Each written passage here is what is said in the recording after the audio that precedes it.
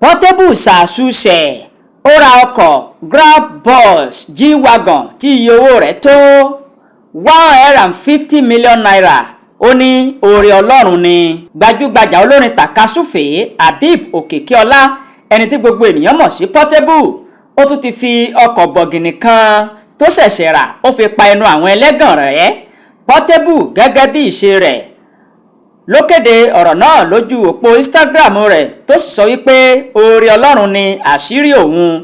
Ó fi àwọn àwòrán ọkọ̀ bọ̀gìnì dúdú náà àti fídíò rẹ̀ léde tó sì sọ wípé kí àwọn olólùfẹ́ òun kí wọ́n bá òun yin Ọlọ́run lógo lórí ọkọ̀ titun tí òun ṣẹ̀ṣẹ̀ rà ọ̀hún. Gẹ́gẹ́ bí ohun tó sọ, Ọlọ́run kì í dójú ti ẹ̀dá, oore Ọlọ́run sì ni ó jẹ́.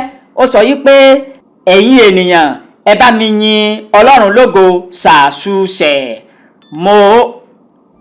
Mo wá dúpẹ́ lọ́wọ́ Ọlọ́run fún oore ńlá tó ṣe nínú ayé mi.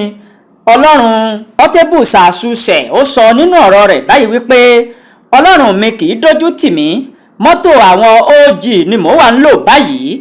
Lẹ́yìn náà ló dá owó jọ fún àwọn olólùfẹ́ rẹ̀ tó péjọ síbi iléeṣẹ́ tí wọ́n ti ń ta ọkọ̀ ọ̀hún, tó sì ń kí àwọn olólùfẹ́ rẹ̀ wípé wọ́n dúró ti òun àti wípé kí wọ́n máa bá òun kí Ọlọ́run wípé Ọlọ́run ṣe ohun oore ńlá nínú ayé òun. Àwọn olólùfẹ́ rẹ̀ ọ̀hún wọ́n bá ń pariwo ṣàṣù wàhálà wàhálà o wàhálà o.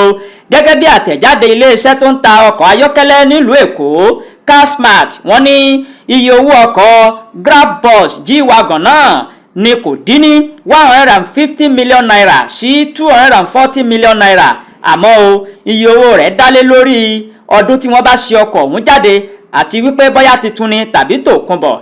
Tí ẹ kò bá gbàgbé, ẹnu ọjọ́ mẹ́ta yìí ni Portable fojú ba ilé ẹjọ́ lẹ́yìn tí ọ̀kan lára àwọn alábàáṣiṣẹ́ rẹ̀ Mummy Money tó fẹ̀sùn kàn án wípé ó fi ọwọ́ ọlá gbá òun lójú.